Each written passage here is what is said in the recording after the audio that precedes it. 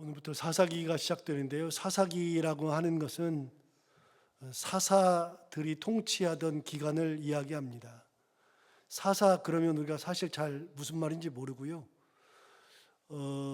영어 성경에 의하면 사사기를 저지스라고 되어 있습니다. 저지스. 그 저지는 우리가 이제 권투할 때 심판 이렇게 점수 매기잖아요. 이렇게 사이드에서 심판 3명이 그 사람들을 저지라 그러거든요. 그러니까 심판 보는 사람들을 젖지라고 이야기합니다. 그러니까 사사기는 심판하는 사람들이라고 생각하면 쉽습니다.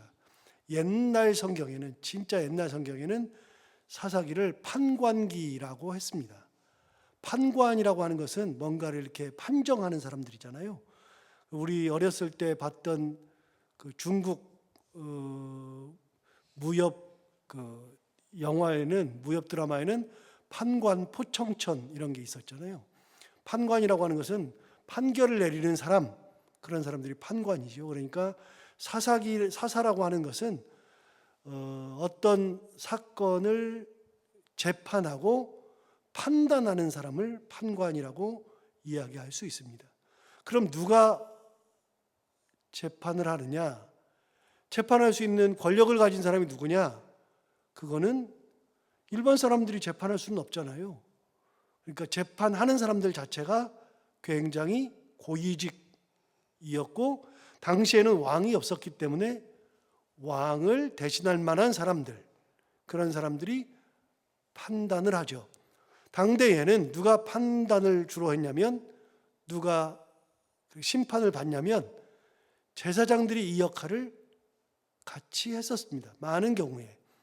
제사장이 아닌 경우도 있지만 제사장인 경우도 있죠.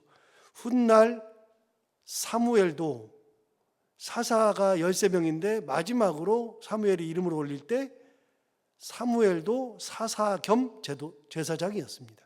사사였습니다. 사무엘이 여기저기서 다스렸죠. 미스바에서도 다스리고 베델에서도 다스리고 그러면서 사사로 활동했다. 성경은 그렇게 이야기를 하고 있죠. 그렇게 사무엘도 사사였습니다. 판관이었습니다. 재판하는 사람이었죠. 재판은 다시 말하면 당대의 최고 권력가들이었습니다. 여러분, 왜 사사가 등장하냐면, 사사가 등장하는 이유가 있습니다. 모세 시대 최고 지도자는 모세였습니다. 여호수아 시대 최고 지도자는 여호수아였습니다. 그들이 최고 지도자, 한 사람 중심의 최고 지도자인 이유가 있습니다. 모세 시대는 광야 시대죠. 광야 시대에는 모세가 하나님 앞에 받은 명령을 가지고 모세가 지도자로서 활동할 때 모세가 최정점에서 말을 하면 이스라엘 백성들이 다 듣고 동일하게 활동해야 하는 때입니다. 다른 소리가 나면 안 되고 다른 행동이 나오면 안 되죠.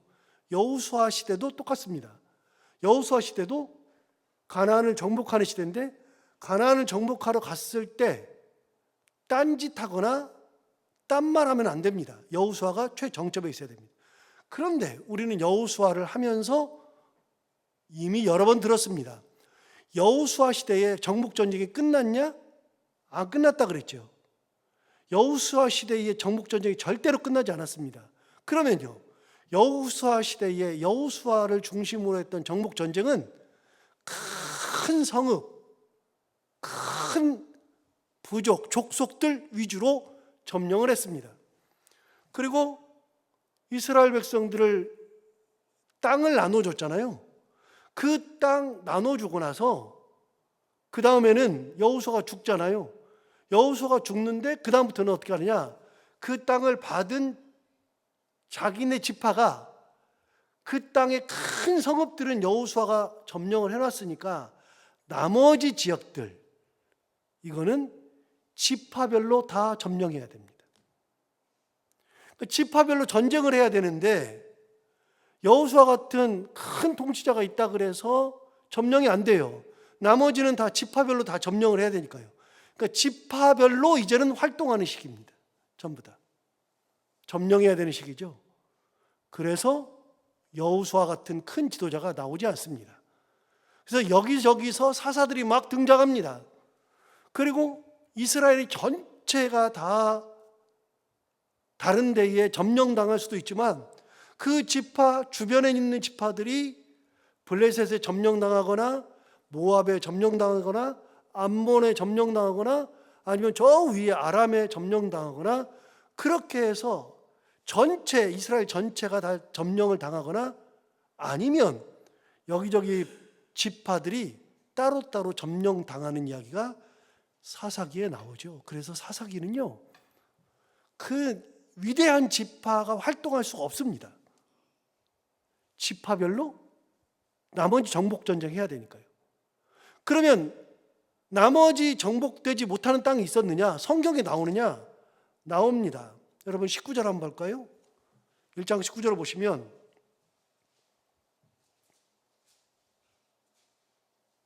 (1장 19절에) 여호와께서 유다와 함께 계셨으므로 그가 산지 주민을 쫓아내었으나 자기 지파의 산지 주민을 쫓아냈어요. 그러나 골짜기의 주민들은 철병거가 있으므로 그들을 쫓아내지 못하였으며, 못 쫓아냈어요. 21절 볼까요? 21절 보시면 베냐민 지파 21절에 베냐민 자손은 예루살렘에 거주하는 여부수 족속을 쫓아내지 못하였으므로 여부수 족속이 베냐민 자손과 함께 오늘까지 예루살렘에 거주하니라. 못 쫓아냈어요. 여러분 27절 볼까요? 27절도 그렇습니다. 27절 위쪽을 보시면 바로 위에 제목이 나오는데요. 제목이 뭐라고 나와요? 쫓아내지 못한 가나안의 족속들이 나옵니다. 쫓아내지 못했습니다. 27절 볼까요? 므낫세가 벳스안과 그에 딸린 마을들의 주민과 다아낙과 그에 딸린 마을들의 주민과 돌과 그에 딸린 마을들의 주민과 이블르암과 그에 딸린 마을들의 주민과 무깃도와 그에 딸린 마을들의 주민들을 쫓아내지 못하였다라고 되어 있죠. 31절 보시면 31절에 아셀이 악고 주민과 시돈 주민과 알랍과 악십과 헬바와 아빅과 르홉 주민을 쫓아내지 못하였다. 32절 아셀 족속이 그 땅의 주민 가나안 족속 가운데 거주하였으니 이는 그들을 쫓아내지 못함이었더라. 33절 납달리는 벳세메스 주민과 벳아낫 주민을 쫓아내지 못하였다. 여러분 이렇게 보는 것처럼 1장에 나오는 것처럼 쫓아내지 못한 주민들이 굉장히 많습니다. 각 지파별로 전쟁을 해서 다 쫓아내야 되는데 쫓아내지 못했습니다. 그래서 여러분 여호수아에도 보면 왜 도대체 너희들 내가 이만큼 했는데 너희들 지파별로 전쟁 안 해? 그게 여호수아에 나옵니다. 여호수아 17장 한번 가볼까요? 바로 앞에 여호수아 17장.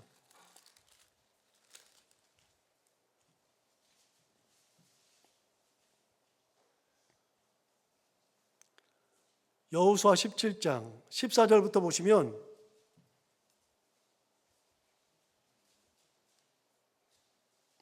바로 앞에 있죠. 17장 14절부터 보시면 요셉 자손이 17장 14절 요셉 자손이 여호수아에게 말하여 이르되 여호와께서 지금까지 내게 복을 주심으로 내가 큰 민족이 되었거늘 당신이 나의 기업을 위하여 한 제비 한 분깃으로만 내게 주시면 어찌미니까. 요셉 자손이 왜 이렇게 조금 줍니까? 이렇게 얘기한 거죠. 그러니까 15절에 말합니다. 여호수아가 그들에게 이르되 네가 큰 민족이 되므로 에브라임 산지가 내게 너무 좁을진데 브리스 족속과 르바임 족속의 땅 살림에 올라가서 스스로 개척하라. 거기 산에 올라가서 거기 땅도 네 땅 아니냐? 개척해라. 그랬더니 16절에 말합니다.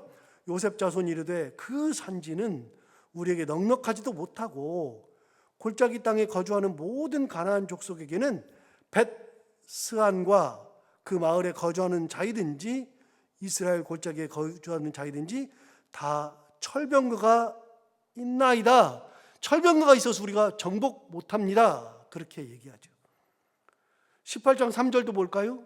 여호수아 18장 3절.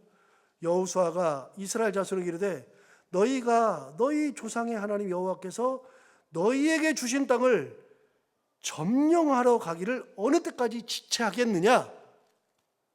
왜 점령하러 안 가? 너희들 점령해야지.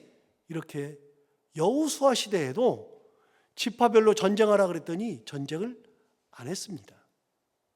굉장히 그 당시에도 이스라엘 백성들이 점령을 하지 않았고 못했습니다. 여호수아 생전에도 그랬는데, 여러분, 여호수아가 죽은 다음에도 당연히 정복하지 못했죠. 그 다음부터 사사기에서 나머지를 점령해야 되는 겁니다. 그런데 점령하지 못한 그 족속들이 끝까지 살아남아서 이스라엘 족속들을 괴롭히죠. 그 얘기가 사사기에 나옵니다.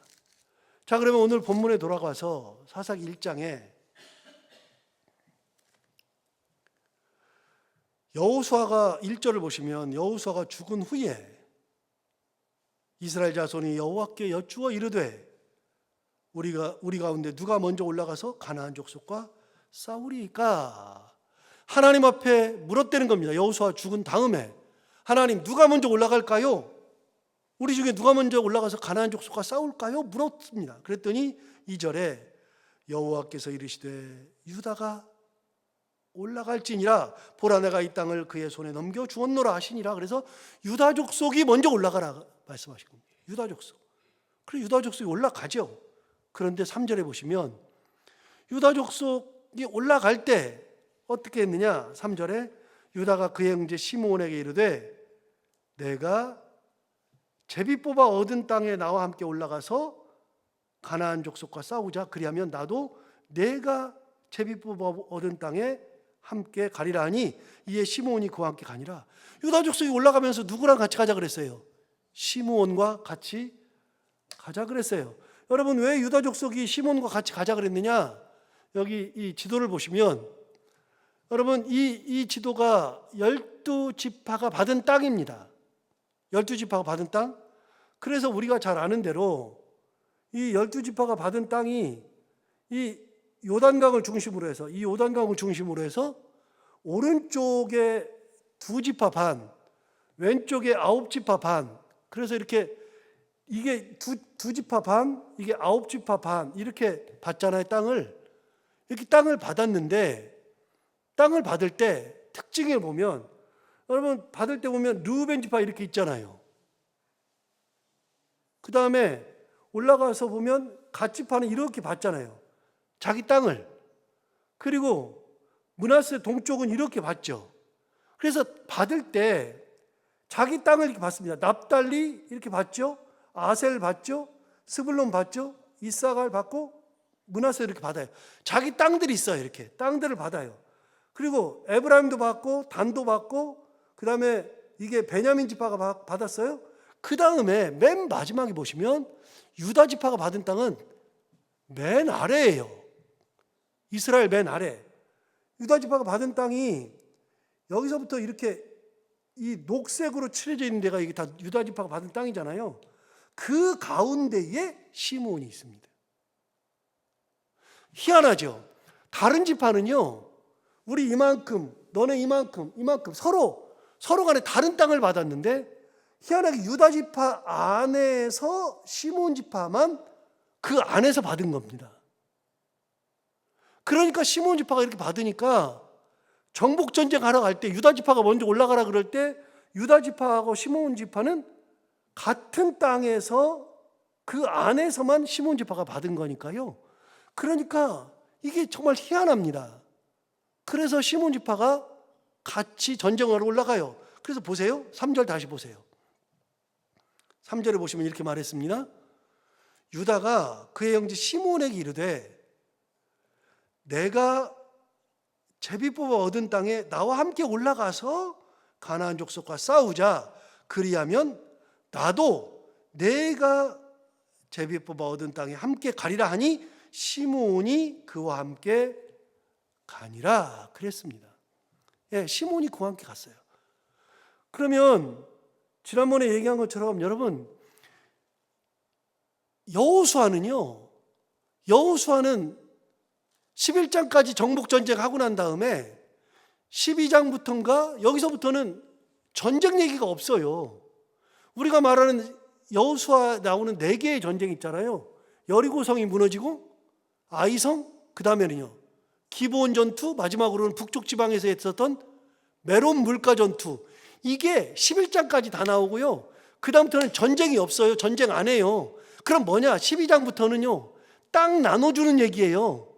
어느 지파는 어디를 받고, 그러면서 그 지파에 대한 상세한 지명을 다 설명했다고요. 그게 지파별로 쭉 나와요. 그 중에 시므온 지파가 받은 땅 얘기가 19장에 나옵니다. 여러분 바로 앞에 19장, 여호수아 19장 가볼까요? 바로 앞에 있어요.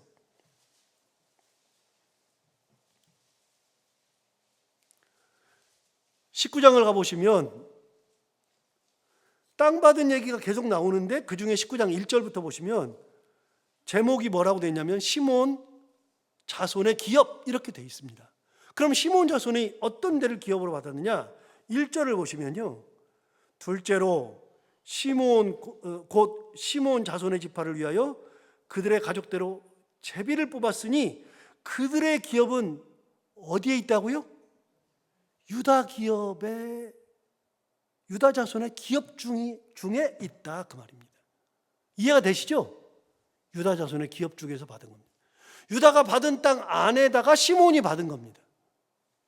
9절 볼까요? 19장 9절.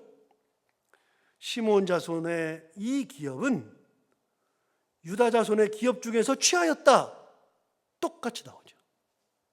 그 중간에 2절부터 쭉 보면요, 2절부터 그들이 받은 땅 이름이 나옵니다. 성 이름이 쭉 나오는데 기본이 뭐냐? 1절과 9절에 시므온 지파는 유다 자손의 기업 중에서 땅을 받았다.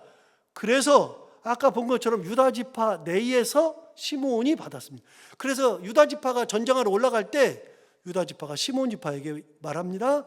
우리가 정복 전쟁하러 갈 때 우리랑 같이 올라가자. 그랬더니 같이 올라가는 겁니다. 너희가 우리랑 같이 가면 우리가 정복한 다음에 너희 땅도 우리가 같이 점령해 줄 테니까 가자. 그럼 여러분, 시므온 지파가 왜 그렇게 땅을 조금밖에 안 받았느냐? 이걸 보시면 여러분, 이게 민수기에, 제가 말씀드렸죠, 민수기에 2번의 인구조사 했다고 했잖아요. 민수기가 넘버스. 그런데 민수기 2장에서 마지막 26장에서 2번 인구조사를 하는데, 첫 번째는 출애굽할 때, 그리고 40년 후에 가나안 땅에 들어갈 때 2번 인구조사를 하는데요, 이 인구조사할 때 잘 보시면 뭐 여러 개를 볼 게 많은데요, 그 중에서 여러분 이 므낫세를 보시면, 여기 므낫세가 나오죠. 므낫세를 보시면 므낫세는 여기 처음에 인구조사할 때 32,200명이었어요. 므낫세 지파는 처음에 32,200명이었거든요. 그런데 두 번째 가나안 땅에 들어갈 때는 52,700명이었습니다. 굉장히 많이 늘었죠. 그래서 이 사람들이 늘은 게 몇 퍼센트냐? 25,000명이 더 늘어가지고 실제로 63.66%나 늘었습니다. 굉장히 많이 늘었습니다. 그래서 므낫세 지파가 가장 많이 늘었습니다. 그런데요, 줄어든 지파도 있습니다. 줄어든 지파가 여기 증감률을 보면 마이너스 5.96, 마이너스 62.56, 마이너스 11.28, 마이너스 19.75. 나중에 조사를 해봤더니 줄어든 지파가 있습니다. 그런데 이 중에 줄어든 지파 중에 제일 많이 줄어든 지파가 누구냐? 시므온 지파입니다. 두 번째. 시므온 지파가 첫 번째 인구조사할 때는요 59,300명인데 나중에 인구조사를 해보니까 22,200명으로 줄었어요. 몇 명이나 줄었느냐? 실제로 37,100명이 줄었습니다. 엄청 줄었죠. 이 사람들이 줄은 거는 62.56%가 줄었습니다. 시므온 지파가 왜 줄었느냐? 뭐 이 얘기는 제가 나중에 이제 옛날에 했어요. 이유를 얘기했어요. 요한계시록 얘기하면서 얘기해 줬어요.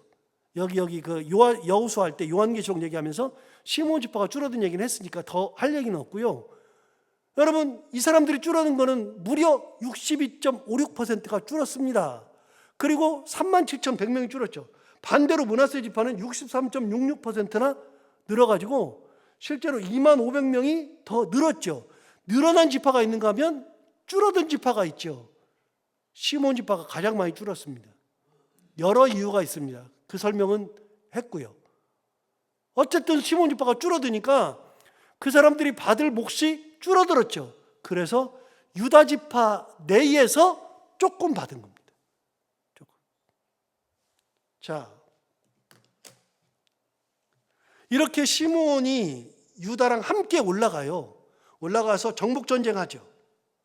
4절 보시면 유다가 올라가며 여호와께서 가나안 족속과 브리스 족속을 그들의 손에 넘겨주시니 그들이 베색에서 10,000명을 죽였다. 놀라운 건 성경은요, 결과만 딱 이야기합니다. 유다 지파가 올라가서 베색에서 10,000명을 죽였다. 그래서 10,000명을 죽입니다. 5절 보시면 또 베색에서 아도니 베색을 만나 그와 싸워서 가나안 족속과 브리스 족속을 죽였어요. 아도니 베색이 도망하는지라 그를 쫓아가서 잡아 그의 엄지손가락과 엄지발가락을 잘랐다. 그래서 아도니 베색을 다 올라가가지고 가나안 족속 그리고 브리스 족속을 다 죽였는데 10,000명을 죽였죠. 그리고 베색에서 그렇게 많이 죽일 때 아도니 베색을 만났는데 그 왕이죠. 왕을 엄지손가락, 엄지발가락을 다 잘라버렸습니다. 이게 사사기 첫 번째 전쟁입니다. 그 다음 얘기는 뭐 복잡하니까 그만하고요. 핵심이 뭐냐? 이렇게 점령하는 거의 핵심이 뭐냐? 2절 다시 보시고 4절 다시 볼까요? 2절이 뭐라 그러느냐면 이렇게 말했습니다. 여호와께서 이르시되 유다가 올라갈지니라 보라 내가 이 땅을 그의 손에 넘겨 주었노라. 여러분, 유다 지파가 전쟁을 잘해서 용맹해서 대단해서 아니라 그랬죠. 그게 아니라 하나님께서 넘겨주셨기 때문에 이미 전쟁은 이긴 겁니다. 4절 볼까요? 4절 똑같이 말했습니다. 유다가 올라가매 여호와께서 가나안 족속과 브리스 족속을 그들의 손에 넘겨주시니 베색에서 10,000명을 죽이고 베색에서 아도니 베색을 만나 그와 싸워서 가나안 족속과 브리스 족속을 죽이니 아도니 베색이 도망하는지라 그를 쫓아가서 잡아 그의 엄지손가락과 엄지발가락을 잘랐다. 여러분, 4절에서도 똑같이 하나님께서 그들을 넘겨주셨다라고 이야기하죠. 여러분, 모든 전쟁은 힘으로 되는 게 아니라 능으로 되는 게 아니라 하나님께서 함께 하실 때 승리가 있다는 거.